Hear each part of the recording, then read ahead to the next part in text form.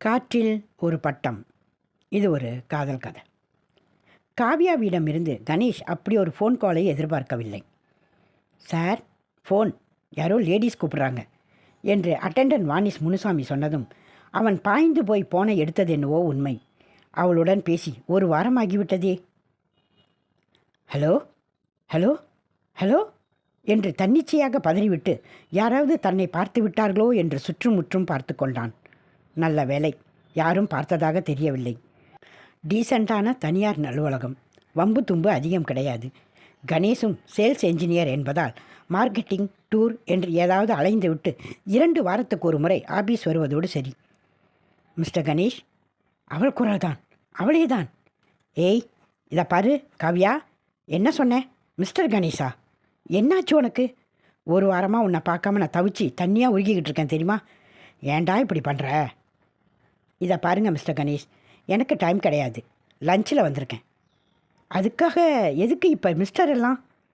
சற்றே மௌனத்திற்கு பிறகு phone line உயிர் பெற்றது. எனக்கு வர்ற 12ஆம் கல்யாணம் சேஷாமாலில். அப்புறமா நீங்கள் கூப்பிடலைன்னு சொல்லக்கூடாதேன்னு தான் நானே ஃபோன் பண்ணி சொல்கிறேன். காவ்யாவின் லேசான விசும்பலை ஃபோன் லைனால் மறைக்க முடியவில்லை. கணேஷ் அவசர அவசரமாக யோசிக்க ஆரம்பித்தான். என்னது இது? என்ன உளர்றா இவ? ஐயோ, என்ன காவியா உளர்ற? என் மேலே தான் தப்பு. நான் உன்கிட்ட அன்னைக்கு அப்படி வம்பு பண்ணியிருக்கக்கூடாது. நீ அங்கேயே இரு, நான் இப்போவே வரேன், நேரில் வந்து பேசிக்கலாம் எல்லாம். சாரி கணேஷ், அதுக்கு உண்டான டைம் எல்லாம் கடந்து போச்சு. நீங்கள் உங்கள் உறவுக்கார பொண்ணு உஷாவையே கட்டிக்கிட்டு சௌக்கியமாக இருங்க. ஆனால் நான் மட்டும் காதல் தோல்வின்னு பைத்திய மாதிரி அலைஞ்சி மூட்டைப்பூச்சி மருந்து சாப்பிட்ருவேன்னு மட்டும் நினைக்காதீங்க. எங்கள் வீட்டில் நான் உங்கள் இஷ்டத்துக்கு என்ன வேணும்னா செய்யுங்கப்பான்னு சொன்னதில் எல்லோருக்குமே எவ்வளோ சந்தோஷம் தெரியுமா? ஒரே வாரத்தில் மாப்பிள்ளையை ஓகே பண்ணிட்டாங்க. எனிவே, அதையெல்லாம் பழங்கதை, 1 வீக் ஓல்டு ஸ்டோரி. 12ஆம் என் கல்யாணத்துக்கு நீங்கள் வராட்டியும் பரவாயில்ல, ஜஸ்ட் ஃபோன் பண்ணியாவது சொல்லலாம்னு தான். நானே வெக்கத்தை விட்டு உங்ககிட்ட இனிமே ஜென்மத்துக்கும் பேசவே கூடாதுன்னு தான் வைராக்கியமாக இருந்தேன். மனசு கேட்கல, அதான் இப்போ சொல்லிட்டேன். குட் பாய். மறுபடியும் விசும்பல் போலத்தான் தெரிந்தது. மௌனமாக அழுகிறாளா? அவள் ஆபீஸில் இருந்ததாக தெரியவில்லை. ஒரு வாரமாகத்தான் பேங்க் ஆஃபீஸில் பிடிக்கவே முடியவில்லையே. எத்தனை தடவை அங்கே ஃபோன் பண்ணியிருப்பான்? நேரிலேயே 3 தடவை போயாகிவிட்டது. பின்னணி சப்தங்களில் ஏதோ மாம்பூலம் புடவை கடை, நகைக்கடை மாதிரி இறைச்சலாக தெரிந்தது. காவியாம்மா, காவியா குட்டி, நான் சொல்கிறத கேளுடா. வைத்து விட்டாள். ஃபோனை வைத்தே விட்டாள். கணேசுக்கு என்ன செய்வதென்றே புரியவில்லை. முகமெல்லாம் வேர்த்து போயிருக்க வேண்டும். தலை கொஞ்சம் சுற்றியது. என்ன சார், தலை நோவுதா? ஊர் முழுக்க ஒரே ப்ளூ வந்து நாஸ்தியாக கிடக்குது. உடம்ப பார்த்துக்க சார். அட்டெண்டன்ட் அனாவசியமாக பரிதாபப்பட்டான். இன்னைக்கு என்ன தேதி முனுசாமி? ஐயா, இப்போத்தானே சம்பளம் வாங்கினேன், அதுக்குள்ளார மறந்துட்டியா? 10ஆம் தேதிப்பா. உனக்காச்சும் டபுள் சம்பளம், எக்ஸ்பென்ஸு, ரீஇம்பரன்ஸுன்னு வரும். எங்கள் பாடு தாம்பா லாட்ரி. ஒரு 500 இருந்தால் கூட அடுத்த வாரம் திருப்பிடுறேன். எரிச்சலுடன் முனுசாமியை தள்ளி கொண்டு போய் கணேஷ் சீட்டில் உட்கார்ந்தான். தலை வின் வின் என்று தெரித்தது. நிஜமாகவா? என் காவியாவுக்கு 12ஆம் தேதி எவனோடையோ கல்யாணமா? ஒரு விதத்தில் பார்த்தால் கணேஷைத்தான் குற்றம் சொல்ல வேண்டும். போன வாரம் பீச் மணலில் உட்கார்ந்திருக்கும் போது அவன்தான் தன் உறவுக்கார பெண் உஷா பற்றி பேச்செடுத்தான். ஏற்கனவே பீச்சில் கூட்டம் அதிகமில்லை. அங்கொன்றும் இங்கொன்றுமாக ஜோடிகள். மழை வந்துவிடுமோ என்று வானம் குமரிக்கொண்டிருந்தது. கணேசை மோட்டார் பைக் சற்று தூரத்தில் மௌனமாக அவர்களை வேடிக்கை பார்த்து கொண்டிருந்தது. எவ்வளவு விரட்டினாலும் போகாமல் சுண்டல்கார பையன் 10 அடி தள்ளி நின்று அவர்களையே பார்த்து கொண்டு நின்றான். டே போடா, வேண்டான்னு சொல்கிறேன்ல. சார், இன்றைக்கி போனியே அவளை சார். வீட்டுக்கு போனால் அடிப்பாங்க சார். ஒரு 5 ரூபாய்க்கு வாங்கிக்கோங்க சார். ஐயோ பாவம் அந்த பையன். சுண்டல் வேணாம், சும்மா தான் ஒரு 5 ரூபா கொடுங்களேன். மடியில் படுத்திருந்த காவியா அந்த பையனுக்காக வக்காலத்து வாங்கினாள். நீ சும்மா இரு காவியா, அப்படியெல்லாம் காசை வேஸ்ட் பண்ண முடியாது. எனக்கு வாய்க்க போகிற இடமோ ரொம்ப சாதாரணம் என்று கணேஷ் தான் அவளை சீண்டினான். ஐயே, இவர் பெரிய ஹீரோ. இவர் முகரக்கட்டைக்கு வந்து அப்படியே பணத்தை கொட்டி மாப்பிள்ளை ஆகிக்குங்க ப்ளீஸ் அப்படின்னு பேட்டை பணக்காரங்க எல்லாரும் கெஞ்சோ கெஞ்சுன்னு லைனில் நின்று கெஞ்ச போகிறாங்களாக்கும். காவ்ஸ், நான் சொல்கிறத நல்லா கேட்டுக்க. உங்கள் அப்பா சாதாரண குமஸ்தாங்கிறதையோ உங்கள் அம்மா எலிமெண்ட்ரி ஸ்கூல் வாத்தியாருங்கிறதையோ நான் மட்டமாக பேசலை. ஆனாலும் மேரேஜ் மார்க்கெட்டில் ஐயாவுக்கு டிமாண்ட் எக்கச்சக்கன்றதையும் ஏதோ பூர்வ ஜென்ம புண்ணியத்தால் இந்த சாதாரண பெண் காவியா பெரும் பணக்காரர் அழகான கணேஷ் அவர்களை மனம் செய்து கொள்ளும் பாக்கியத்தை அடைந்திருக்கிறார் என்பதையும் இங்கேயே கணம் கோட்டார் அவர்கள் கவனிக்க வேண்டும். 25 வயதில் கட்டழகு வாலிபர் கணேஷ் மாதம் 20,000க்கும் அதிகமாக சம்பாதிக்கிறார் என்பதையும் அவருடைய தற்சமய பேங்க் பேலன்ஸ் 3 லட்சத்தை தாண்டி நிற்கிறது என்பதையும். ஓ ஷட்டாப் கணேஷ், உங்களோட பிசாத்து காசுக்காகத்தான் நான் உங்களோட சுற்றுறேன்னு சொல்ல வரீங்களா? அவள் மூக்கு நுனியில் கோபம் எட்டி பார்ப்பதை கண்ட கணேஷுக்கு உள்ளூர சந்தோஷம் பொங்கியது. கணேஷ், உனக்கு அதிர்ஷ்டம்டா. கோபிக்கும்போது காவியா குட்டி எவ்வளோ அழகு என்று மனசுக்குள் சொல்லி கொண்டான். மன்னிக்க வேண்டும் கோட்டார் அவர்களே, பிரதிவாதி அனாவசியமாக எமோஷனல் ஆகிறார். நம்முடைய ஆர்கியூமெண்ட் எல்லாம் இளைஞர் கணேஷ் அவர்கள் is not only a very eligible handsome bachelor but what? எரிச்சலில் காவியா எழுந்து உட்கார்ந்து கொண்டாகிவிட்டது. பட் சொந்தத்திலேயே சௌந்தர்யா தேவதையாக உஷா என்கிற கன்னிகை இருந்தும் அவளை கல்யாணம் பண்ணி கொண்டால் அவளுடைய சொத்துக்களாக ஒரு 30 லட்சமாவது தேரும் என்றிருந்தாலும் வாலிபர் கணேஷ் ஒரு தியாக மனப்பான்மையோடு தாயுள்ளத்தோடு தாராள குணத்தோடு இந்த ஏழை பெண்ணை கரை சேர்க்க வேண்டுமென்கிற நல்ல நோக்கத்தோடு. ஏய் என்ன எழுந்துட்ட? கோவமா? போகலாம், எனக்கு வீட்டுக்கு போகணும். இரு, பஞ்ச் லைனை கேட்கலையே. இன்னும் அந்த உஷா கோயம்புத்தூர்லேருந்து நேற்று தான் எங்கள் வீட்டுக்கு வந்து தங்கியிருக்கா ஒரு முடிவோடு என்பதையும். ஹலோ, என்ன சைலண்ட் ஆகிட்ட? கோச்சிக்கிட்டியா? சும்மா தான். என்ன சும்மா தான்? எப்போ பார்த்தாலும் என்ன அதே பேச்சு? அந்த முறை பொண்ணு உஷா தான் வேணும்னா அவளையே கட்டிக்கிட்டு ஜாலியாக இருங்களேன். ஏன் உசுரை வாங்குறீங்க? நானும் அவங்கள 6 மாதமாக துரத்தி வலிஞ்சிக்கிட்டு நின்னது. சாரி காவியா, ஒரு ஜோக்குக்கு தானே சொன்னேன். ஏன் நிற்கிற? உட்காரு. டேய், அம்மாவுக்கு ஒரு 5 ரூபாய்க்கு சுண்டல் கொடுறா. இல்லை, எனக்கு வேணாம், வீட்டுக்கு போகணும். கடற்கரை சாலையை நோக்கி நடக்கவே ஆரம்பித்து விட்டாள். 1 தரம் 2 தரம் சொன்ன ஜோக்குக்கு ஒத்துக்கலாம். எப்போ பார்த்தாலும் சுற்றி வளைச்சி நீங்கள் அங்கே தான் வரீங்க. உஷான்னு மாஞ்சி போகிறீங்களே. நானாக உங்களை கையில் பிடிச்சிட்டு வச்சுக்கிட்டு இருக்கேன். போய் தொலைங்க அந்த உஷா கிட்டேயே. அழுகையும் கோபமும் வெடித்து சிதறின அவள் வார்த்தைகளில். இல்லை காவியா, என்னோட மார்க்கெட் வேல்யூ உனக்கு தெரியாமலேயே போயிடக்கூடாதேன்னு தான். நாக்கை கடித்து கொண்டான். சொல்லியிருக்க வேண்டாம், சொல்லி தொலைத்து விட்டான். 2 அடி முன்னாலேயே போய் கொண்டிருந்தவள் திரும்பி நின்று கையிரண்டையும் படீரென்று கூப்பி, ஐயோ, most valuable handsome rich young man, sorry, நாங்கள்லாம் useless, so class 3rd class. எங்களுக்கு உங்களை மாதிரி நடிப்பு படிப்பு கிடையாது, அழகும் கிடையாது, காசு படமும் கிடையாது. பைத்தியக்காரத்தனமாக உங்களை மாதிரி பணப்பேய்ங்க வலையில் விலை மட்டும்தான் தெரியும். நல்ல வேலை, இப்போவாவது உங்கள் சுயரூபம் தெரிஞ்சதே. ஆளை விடுங்க சாமி. மேகம் மூடி கிடந்த மேற்கத்திய சூரியன் இந்த கலாட்டாவை வேடிக்கை பார்ப்பதற்கென்றே வெளிவந்தாற் போலத்தான் தகதகத்தான். கோபத்தில் காவியாவும் பொங்கிக் கொண்டிருந்தாள். இந்த தடவை கொஞ்சம் அதிகமாக தான் அவளை டீஸ் பண்ணிட்டோமோ, அப்படி தான் போல இருக்கு என்று கணேஷ் நினைத்தான். ஐயோ, நம்ம புத்தியை ஜோட்டால் தான் அடிக்கணும். உஷாவை பற்றி இன்றைக்கி பேசியிருக்கக்கூடாது. கேஷ்னோவில் புது படத்துக்கு அழைச்சிக்கிட்டு போய் ஜாலியாக படம் பார்த்துட்டு கொஞ்சம் எதனா சிலுமிசம் பண்ணிவிட்டு ராயர்பேட்டை அமீனில் லைட்டாக சாப்பிட்டு அவங்க தெருக்கோடியிலே இறக்கி விட்டுருக்கலாம். அதுவும் எதுனா ஓவர் டைம் அது இதுனா கதை சொல்லிக்கிட்டு வீட்டுக்கு போயிருப்போம். கெடுத்துட்டியேடா மவனே என்று கணேஷின் மனசாட்சி திட்ட ஆரம்பித்தது. வேகமாக நடந்து வந்து காந்தி சிலை அருகே வந்து விட்டாள். கணேஷ் ஓட்டமும் நடையுமாக பின்னால். மோட்டார் சைக்கிள் அங்கேயே மணல் அருகில் பழைய இடத்தில் அம்போ என்று நின்று கொண்டிருந்தது. Look Kavya, I want to talk to you.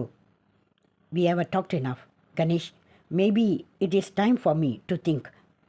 கோச்சிக்காதம்மா, நான் ட்ராப் பண்ணுறேன். No thanks. இதோட 3 தடவை இதே மாதிரி பேசிட்டீங்க. அந்த சிக்னலை கவனிக்காமல் நான் மாட்டுக்கு பேக்கு மாதிரி உங்கள் பின்னாடியே சுற்றிக்கிட்டு இருந்தா நாளைக்கு கல்யாணம் ஆனப்புறம் தினமும் குத்தி பேசுவீங்க. நாங்கள் ஏழை பாளைங்களாக இருக்கலாம், ஆனாக்கா மான மரியாதை உள்ளவங்க. ஆட்டோ நில்லுப்பா. நான் ஜோக்காக சொல்ல வந்ததை நீ தப்பாக புரிஞ்சுக்கிட்ட. சாரி காவ்யா என்றான் Ganesh. Me too Ganesh, I am also sorry. I loved you. Auto சீறி பறந்து தூரத்தில் கரைந்தது. கணேஷ் மேலே பார்த்தான். வேடிக்கை முடிந்து விட்டது என்று தெரிந்து தானோ என்னவோ நமக்கு எதுக்கு வம்பு என்று சூரியன் மறுபடியும் மேகங்களுக்குள்ளே புகுந்து விட்டான். தொடர்ந்து 1 வாரமாக கணேஷுக்கு நரக வேதனை தான். காவியா ஆபீஸுக்கு வரவில்லை. அவர்கள் வீட்டுக்கு போகலாமா என்றாலும் தயக்கமாக இருந்தது. ஏற்கனவே அவள் குடும்பத்திற்கு இவனை பிடித்ததாக தெரியவில்லை. இதுவரை போனதும் இல்லை. அம்மா ஓகேன்னுடுவாங்க, அப்பா தான் படுத்துவார், போராடித்தான் பார்க்கணும். நல்ல நேரம் பார்த்து நான் சொன்ன பிறகு நீங்கள் வாங்க. உங்களை யாராவது எங்கள் வீட்டில் மரியாதை குறைவாக பேசிட்டா என்னால் தாங்கிக்க முடியாது என்று வேறு சொல்லியிருந்தாள். 4 நாட்களாக தாடி வளர்த்து கொண்டு உம்னா மூஞ்சியாக இருந்ததில் கணேஷ் வீட்டில் எல்லோரும் கவலைப்பட்டார்கள். சாதாரணமாகவே கேர்ஃப்ரீயரான ஜாலியான குடும்பம். ஏண்டி உன் புள்ள தேவதாஸ் மாதிரி அலையிறான், காதல் தோல்வியா என்று அப்பா கிண்டல் அடித்தார். என்ன ப்ராப்ளம் ராஜா, ஆஃபீஸில் ஏதாவது தொல்லையா, அம்மா கிட்ட சொல்லக்கூடாதா என்று அம்மா போட்டு பிடிங்கினாள்.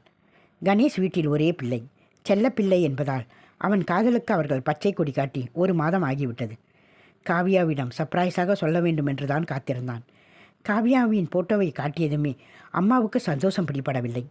சொந்தத்தில் தான் கணேசுக்கு பெண்ணெடுக்க வேண்டும் என்று நினைத்திருந்தாலும் பெருந்தன்மையாக ராஜாத்தி மாதிரி இருக்காளே, எப்படிடா பிடிச்ச, அப்பாடா இப்போவாவது கல்யாணத்துக்கு ஒத்துக்கிட்டியே, அது போதும் ராஜா என்று சொல்லிவிட்டாள். உறவுக்காரர்கள் எல்லோருக்கும் தண்டோரா போடாத குறையாக சொல்ல ஆரம்பித்து விட்டாள். எலே எனக்கோ பொண்ணு கிடையாது, வர்ற பொண்ணுக்கிட்ட நீ ஏதாவது வாலாட்டின நானே ஒட்ட நறுக்கிடுவேன், என்னோட மருமக பொண்ணு தான் எனக்கு வசதி என்று காவியாவை நேரிலே பார்க்காமலேயே அவளுக்கு குஷ்பு ரேஞ்சில் கோயில் கட்ட ஆரம்பித்து விட்டாள் அவன் அம்மா. பரவாயில்லடா, உனக்காவது நல்ல பொண்டாட்டியா அழகான பொண்ணாக அமையட்டும். எனக்கு தான் இப்படி என்று அப்பா டைனிங் டேபிளில் ஜோக் அடித்து எல்லோரையும் சிரிக்க வைத்தார். உங்கள் பிள்ளையாச்சே, அதான் எனக்கே பயமாக இருக்குது, பாவம் அது புது பொண்ணு என்று அம்மாவும் சளைக்காமல் பதிலடி கொடுத்தாள். போச்சு, எல்லாமே போச்சு, ஏன் வாயாலேயே ஏன் லைஃப்பை கெடுத்துக்கிட்டேன் என்ற மனசுக்குள் கணேஷ் குமரினான். அப்படி என்ன முன்கோபம் பொட்ட கழுதைக்கு, நான் இப்போ என்ன சொல்லிட்டேன்னு கோவிச்சுக்கிட்டு நிற்கிறா இப்படி என்று எரிச்சலும் வந்தது. அப்படி கோவித்து கொண்டு போனால் போகட்டுமே என்று தனக்கே சமாதானமாக சொல்லி கொண்டானே தவிர அவனுக்கே அதில் சமாதானமாகவில்லை. எப்படி விட்டுவிட முடியும்? முதலில் காவியாவை கணேஷ் பார்த்தது கபாலி கோவிலில்தான். அர்ச்சனை கூடை மாறிப்போய் பேக்கு மாதிரி அவன் முழித்து கொண்டு நிற்கையில் அவள்தான் அந்த அர்ச்சனை தட்டு என்னோடது, தரீங்களா ப்ளீஸ் என்றாள். அப்போது என்னோட அர்ச்சனை தட்டு? உங்கள் தட்டுக்கு நான் என்ன பண்ணுறது, குருக்களை கேளுங்க, இது ஏன் தட்டு என்று அவளை வேண்டுமென்றே வம்பு கெடுத்தான். கொடுக்காட்டி போங்க, பிசாத்து தேங்காய் மூடி, நீங்களே சட்னி பண்ணி சாப்பிடுங்க என்று சட்டென்று போய்விட்டாள். அந்த கோபம்தான் அவனுக்கு அவளிடம் பிடித்த முதல் விஷயம். என்ன அப்படி சட்டென்று மூக்கு சிவக்கிற ஒரு அழகு கோபம்? 2 நிமிடத்தில் தன்னுடைய தட்டை கண்டுபிடித்தவன், ச்சே இது என்ன கேவலம், அந்த பெண்ணை கண்டுபிடிச்சி அவளுடைய அர்ச்சனை தட்டை கொடுத்து விட வேண்டும் என்று அவளை தேடி கோவில் முழுவதும் சுற்றியது. கடைசியில் செருப்பு விற்கும் இடத்தில் அவளை பார்த்து ஓடிப்போய், சாரி என் தட்டு கிடச்சிடுச்சு, இந்தாங்க உங்கள் கூடை என்றான். பிளாஸ்டிக் கூடையும் ஓலைத்தட்டுமாக எல்லாவற்றையும் தூக்கி கொண்டு அவன் ஓடோடி வந்ததை பார்க்க அவளுக்கு சிரிப்பு பொத்து கொண்டு வந்தது. காவியாவிடம் கூடையை கொடுக்கும்போது, வெறும் தேங்காய் சட்னி மட்டும்தானா, பஜ்ஜியும் பண்ணுவீங்களா இன்னைக்கு என்றான். கொஞ்சம் விட்டால் வீட்டுக்கே துரத்திக்கிட்டு சாப்பிடவே வந்துடுவீங்க போல என்று பொய் கோபத்தோடு திரும்பி கொண்டு போனாள். கணேஷ் சிரித்து கொண்டே திரும்பி போய் மோட்டார் சைக்கிளை எடுத்துக்கொண்டு வீடு போகையில் 1/2 மணி நேரம் கழித்து லாஸ்ட் கார்னரில் அதே காவியா அம்மாவுடன் வந்திருந்தாள் போலும். சிக்னலில் வண்டி நிற்கும்போது பார்த்து சிரித்தான். டிஃபன் ஆகிவிட்டதா என்று ஜாடையில் கேட்டான். அவள் சிரித்து கொண்டே போய்விட்டாள். அதற்கு அடுத்த வாரம் மவுண்ட் ரோடு சிட்டி பேங்கில் ஏதோ டிராஃப்ட் வாங்க போனவன் அவளை அங்கேயே பார்த்தான். அவளும் சிரித்தபடியே கியூவை விட்டு விலகி தனியே வர சொல்லி அவனுக்கு உதவினாள். எந்த பேங்கில் வேலை பார்க்குறா என்று தெரிந்து கொண்டவுடன் அடிக்கடி அங்கே போய் வர ஆரம்பித்தான் கணேஷு. 2 தடவை ஸ்பென்சரில் லஞ்சுக்கு போனார்கள். அவளுக்கு சன்னாபூரி பிடிக்கும், மல்லிகை பூவும் நீல வர்ணமும் பிடிக்கும் போன்ற சின்ன சின்ன விஷயங்களில் ஆரம்பித்த நட்பு கொஞ்சம் கொஞ்சமாக கண்ணியமான காதலாக மாறியது. அவர்களுக்கே தெரியாமல் நடந்த விஷயம். பூ பூக்கிற மாதிரி மெதுவாய் இதமாய் நடந்த ஆனந்தம். அவனுடைய வெகுளித்தனமும் நகைச்சுவை உணர்ச்சியும் அவளுக்கு பிடித்து போய் இருவரும் முதலாய் ஒரு கமல் படம் பார்த்தார்கள். பீச்சுக்கு வர ஆரம்பித்து 6 மாதம்தான் ஆகிறது. சரி, ஊர் சுற்றி கொண்டிருந்தது போதும், நாமும் செட்டில் ஆக வேண்டும். இவள் இல்லாத இடத்தில் எனக்கு சுகம் தெரிவதில்லை. 2 நாளைக்கு இவளை சேர்ந்தாற்போல் பார்க்காவிட்டால் எனக்கு பைத்தியமே பிடித்து விடுகிறது. இவளைத்தான் கல்யாணம் பண்ணிக்கொள்வது என்று அவனும், சரி இத்தனை டீசெண்டான அழகான பையனை யார் நமக்கு பார்த்து முடித்து வைப்பார்கள், என் மேல் பைத்தியமாக இருக்கிறான். ஒரு நாளைக்கு இவன் ஃபோன் பண்ணாவிட்டால் நம்மால் தாங்க முடியவில்லை என்று அவளும் ஒரு முடிவுக்கு வந்திருந்தார்கள். அவளிடம் அவன் தன் காதலை சொன்ன விதமே அலாதி. மெரினா கடற்கரையில் சுற்றிலும் சின்ன குழந்தைகளும் கைமுறுக்கு விற்பவர்களும் குதிரைக்காரனும் போண்டா கடையின் போதையில் சரிந்த ஒரு குடிமகனும் பல் குத்தி கொண்டு ஸ்கிரிப்ட் யோசித்து கொண்டிருந்த ஒரு வருங்கால தமிழ் சினிமா டைரக்டரும் பார்த்து கொண்டிருக்கையில் கணேஷ் திடீரென்று எழுந்து மண்ணை தட்டி கொண்டு பெட்ரோமாக்ஸ் வெளிச்சத்தில் ஒரு காலை மண்டிட்டு அவள் முன், என்ன கல்யாணம் பண்ணிக்கிறியா ஏன் ராஜகுமாரியே? நீ ஆமான்னு சொன்னா நான் சந்தோஷப்படுவேன், நம் குடிமக்களும் சந்தோஷப்படுவாங்க என்றான். எல்லோரும் சிரித்தார்கள். காவியாவுக்கு சிரிப்புடன் அழுகியே வந்துவிட்டது. கன்னங்களில் வெட்கம் பிடுங்கி தின்ன, ஐயோ எந்திரிங்க, எல்லோரும் நம்மளையே பார்க்குறாங்க என்றாள். முடியாது என் ராஜகுமாரி, நீங்கள் ஏன் சொன்னால்தான் எழுந்திருப்பேன், அல்லது இப்போதே என் தலையை சிரசேதம் செய்து கொண்டு கடல் நோக்கி நடந்து மூழ்கிச்சாவேன் அப்படின்னா. தலையை வெட்டினதுக்கப்புறம் நடக்க முடியாதுங்க, லாஜிக் இடிக்கும் என்றான் வருங்கால பாரதி ராஜா. அப்படி போடு அருவாள என்றான் குடிமகன். கணேஷ், யூ ஸ்டூபிட், இப்போ எழுந்திருக்கிறீங்களா இல்லையா என்றவள் அவன் கண்ணில் கண்ணீர் வழிவது கண்டு துணுக்குற்றாள். என்னது இது, இவன் நிஜமாவே அழுகுறானா? என்ன ராஜா இது, எதுக்குடா அழுவுற? உன்னை விட்டுட்டு நான் யாரடா கல்யாணம் பண்ணிப்பேன், எழுந்துக்கம்மா என்றாள். கூட்டம் மொத்தமும் கைகொட்டி ஆனந்தமாக சிரித்தது. எங்கே மாட்டேன்னு சொல்லிடுவியோன்னு ஒரு நிமிஷம் பயந்துட்டேன்டா என்று அவள் மடிமீது முகம் புதைத்து அழுதான். குழந்தை தாய் ஆசுவாசம் செய்கிற மாதிரி அவனை சமாதானம் செய்தாள். அப்போதுதான் அவளும் முடிவு செய்தாள், எத்தனை ஜென்மத்துக்கும் என்னை ஆளப்போகிறவன் இவன்தான், இவனை ஆண்டு அனுபவித்து இவன் சுக துக்கங்களில் பங்கு பெறப் போகிறவளும் நான் தான் என்று. அத்தனை பேருக்கும் சூடா பஜ்ஜியும் போண்டாவும் குடியா ஏன் கணக்கில் என்று சிரித்தான் அவன். உலகமே சந்தோஷ தாண்டவம் ஆடியது. கங்க்ராச்சுலேஷன் சார், கங்க்ராஸ் மேடம் என்றான் வருங்கால இயக்குனர். எல்லோரும் என்னவோ கல்யாணம் முடிந்து வெற்றிலை பாக்கு வாங்கிக் கொள்கிற மாதிரி சுற்றி சுற்றி வந்து பாராட்டினார்கள், கை கொடுத்தார்கள். அன்றுதான் அவளை அணைத்து அவள் உதட்டில் முத்தம் கொடுத்ததும் அதெல்லாம் நடந்து 3 மாதம்தான் ஆகிறது. கணேஷ் தன் அம்மாவிடம் லேசுபாசாக இதை சொன்னதும் அவர்கள் வீட்டில் உடனடியாக ஓகே சொல்லிவிட்டது மட்டுமில்லாமல், அந்த பெண்ணை வீட்டுக்கு கூட்டிகிட்டு வாடா, கூட்டிகிட்டு வரியா இல்லை நாங்களே போய் பேசி சம்மந்தம் முடிச்சிடவா என்று படுத்தினார்கள்.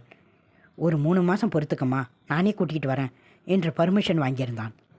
காவியா வீட்டில்தான் கொஞ்சம் ப்ராப்ளம், சரியாகிவிடும் என்று சொல்லியிருந்தாள். எல்லாம் கூடி வருகிற வேளையில்தான் கணேஷ் அவளை கொஞ்சம் சீண்டி விடுவதற்காக உஷா விவகாரத்தை ஆரம்பித்து அவளை வெறுப்பேற்றினான். கொஞ்சம் கூட சேலஞ்ச் இல்லாத, என்ன உப்பு சப்பில்லாத காதல் கல்யாணம் இது. ஒரு அடிதடி கிடையாது, கேவலம் ஒரு ஓடிப்போதல் கூட இல்லையா? விளையாட்டு வினையாய் போகுமென்று அவன் எதிர்பார்க்கவில்லை.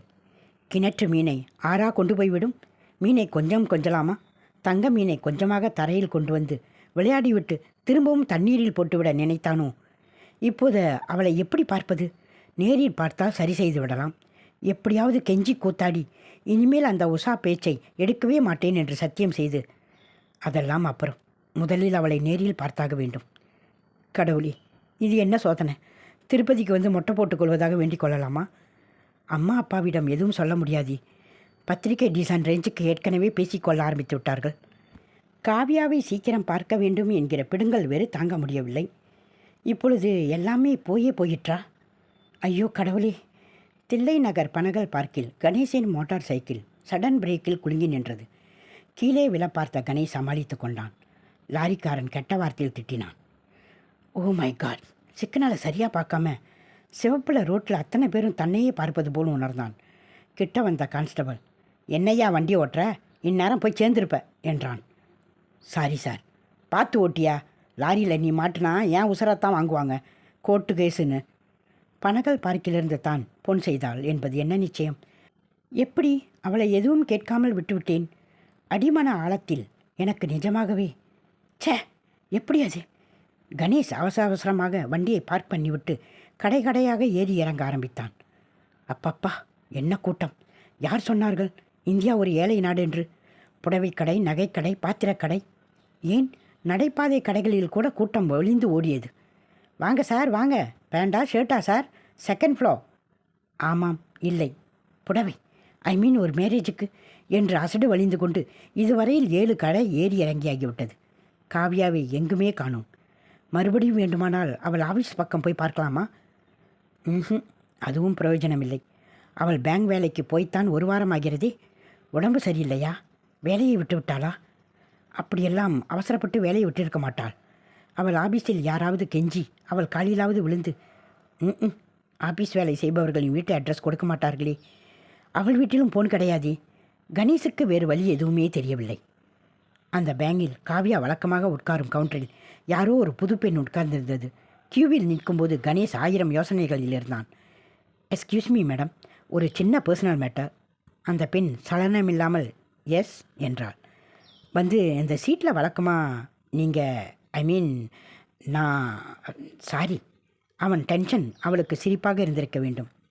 சொல்லுங்க என்றாள் ஏதோ கதை கேட்பது போல். தப்பாக நினச்சிக்காதீங்க, இங்கே வழக்கமாக யாரை பற்றி கேட்குறீங்க மிஸ்டர் கணேஷ்? அட, இவளுக்கு எப்படி என் பெயர் தெரியும்? இந்த பாஸ்புக்கில் இருக்கிறது உங்கள் பேர் தானே? யாரை தேடுறீங்க?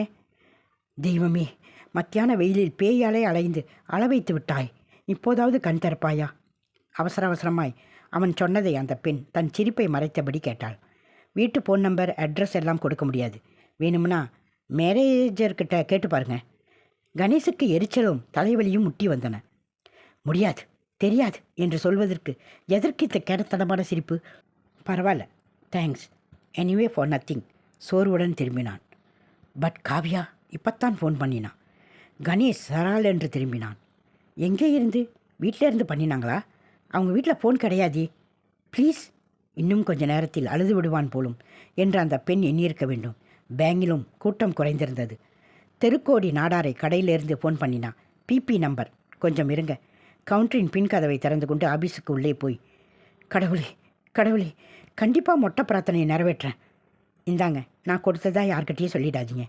என்கிட்ட உங்களை பற்றி அவள் சொல்லியிருக்கா. அதனால தான். Good luck. மேரேஜுக்கு கூப்பிடுவீங்கல்ல?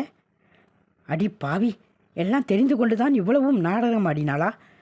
அதுதான் சிரிப்பை அடக்கி கொண்டு என் சோக கதையை கேட்டாளா? இந்த பெண்கள் எல்லோரும் மாயஜால பிசாசுகள். கணேஷ் அவளிடம் தேங்க்ஸ் சொல்லி செல்போனில் அந்த கடைக்கார பையனை கெஞ்சி என்னென்னவோ பொய் சொல்லி கடைசியில் ஒரு வழியாக காவ்யாவை போனில் பிடித்தபோது மாலை மணி 4. ஹலோ, யார் இது?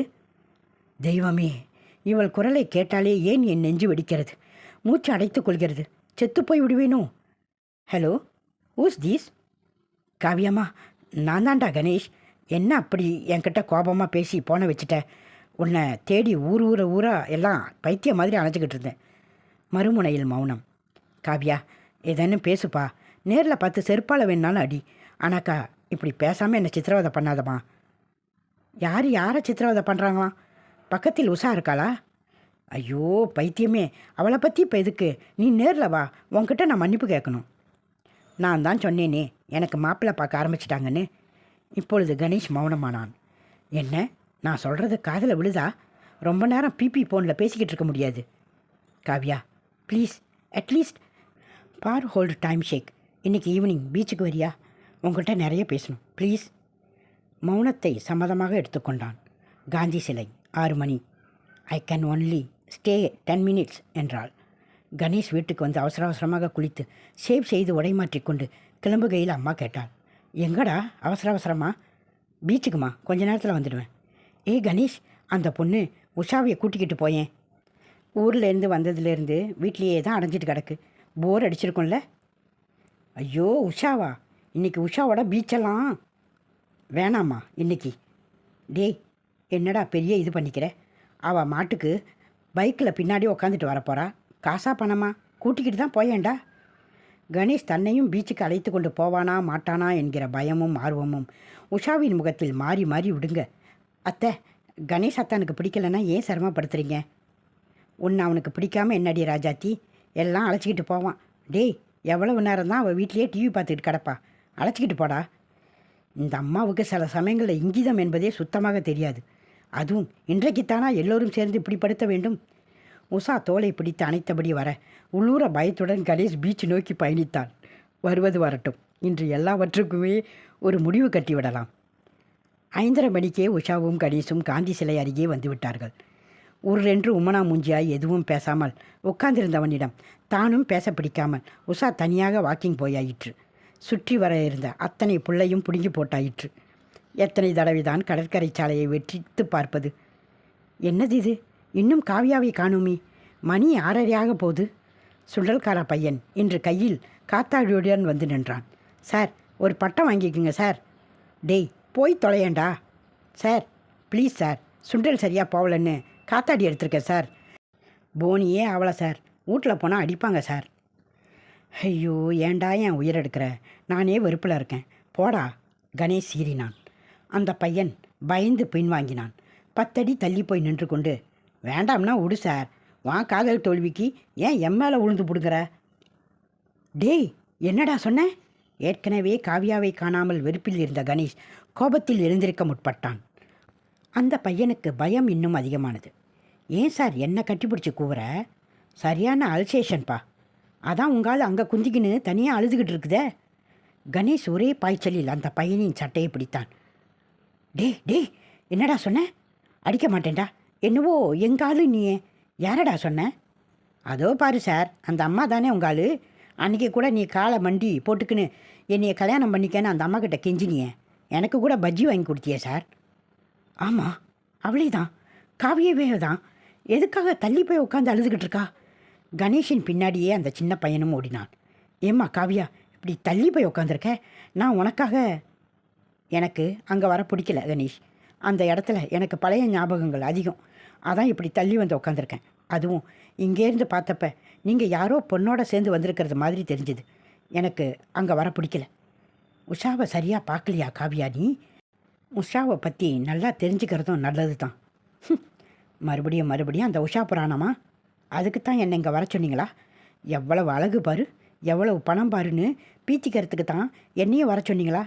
I don't care about your lovely reach Usha. கோபத்தில் முகம் சிவக்க எழுந்து கொண்டாள் காவியா. ஏய் ஏய், மறுபடியும் கோச்சிக்கிட்டு போயிடாத. அதோ வரா பாரு என் கசின் உஷா. என்னதான் எரிச்சலும் கோபமும் மேலிட்டு கண்ணீர் பொல பொலவென வழிந்தாலும் யார் அந்த படுபாவி? அழகான எதிரி, தன் கண்ணெதிரிலேயே தன் வாழ்க்கையை இப்படி நாசமாக்குபவள் என்று பார்த்துவிடும் ஆவலில் காவியா அவன் கை காட்டிய திசையில் பார்த்தாள். சரியா பார்த்துக்கோ, அதோ பார் அந்த குதிரை மேலே வரா ராஜகுமாரியை. குதிரை மேலிருந்து அவர்களை நோக்கி உற்சாகத்தோடு கை அசைத்தபடி வந்த 10 வயது இரட்டை ஜடை சிறுமியைக் கண்டு காவியாவுக்கு சிரிப்பு பொத்து கொண்டு வந்தது. இதுதான் அந்த உஷாவா? யூ பிளாடி பூல், என்ன திமிரு உனக்கு? என்னை இப்படி யூஸ் பண்ணி அள வச்சிட்டியாடா. காவியாவின் அழகு முகத்தில் கோபமும் கண்ணீரும் சிரிப்பும் குதித்து தாண்டமாடுவதை பார்க்க சூரியன் மேகங்களிலிருந்து பளிரிட்டான். கணேசுக்கு முகம் நிறைய சிரிப்பு. நான் உன்னை கொஞ்சம் அள வச்சதுக்கு அப்புறமா உனக்கு சர்ப்ரைஸாக சொல்லலாம்னு நினச்சேன். அதுக்குள்ளே நீ தான் அவன் நிஜமாவே எனக்கு மாமா பொண்ணு தெரியுமா, முறை பொண்ணு தான். என்ன ஒரு 10 வயசு லேட்டாக பிறந்துட்டா. அது சரி, உனக்கு ஏதோ கல்யாணம்னு சொன்னியே ஃபோனில், டூப்பு தானே? அது மட்டும் பொய் இல்லை. எனக்கு கல்யாணம் நிச்சயம் பண்ண ஆரம்பிச்சிட்டாங்க வீட்டில். மாப்பிள்ளை யார்? யாராக இருந்தால் உங்களுக்கு என்ன? உனக்கு இதில் இஷ்டம்தானா? கணேஷ், நானும் நல்லா யோசித்து தான் இந்த முடிவுக்கு வந்திருக்கேன். எனக்கும் இஷ்டம்தான். பாதி கிணறு மட்டுமே தாண்டியது போல வயிற்றில் ஒரு திடீர் பயம் பற்றி கொண்டது. இத்தனை கஷ்டப்பட்டு கடைசியில் தன் காதல் இப்படித்தானா முடியப் போகிறது? கணேஷ் கரகராத்த குரலில் கேட்டான். மாப்பிள்ளை யாரு? சொன்னால் தாங்கிப்பீங்களா? 4 நாள்கள் என்கிட்ட பேசாததுக்கே தாடி வளர்க்க ஆரம்பிச்சிட்டிங்களே. தன்னை பழிவாங்க வேண்டுமென்றே யாரோ ஒரு ஏழை பையனை முடிவு செய்து விட்டாள் போலிருக்கிறதே. பரவாயில்ல, சொல்லு. உங்ககிட்ட பழகி பழகி நானும் உங்களை மாதிரியே பேச ஆரம்பிச்சிட்டேன். மாப்பிள்ளை பார்க்குறாங்கன்னு தானே சொன்னேன். ஆள் வேற நான் சொன்னேன். நான் என்ன உன்னை மாதிரி பொறுக்கியா? உன்னை பற்றி அம்மா கிட்ட சொல்லி, அம்மா அப்பா கிட்ட சொல்லி, கெஞ்சி கூத்தாடி 12ஆம் தேதி நிச்சயதார்த்தம். கணேஷ் காவியாவை அப்படியே இறுக்கமாக அணைத்து கொண்டான்.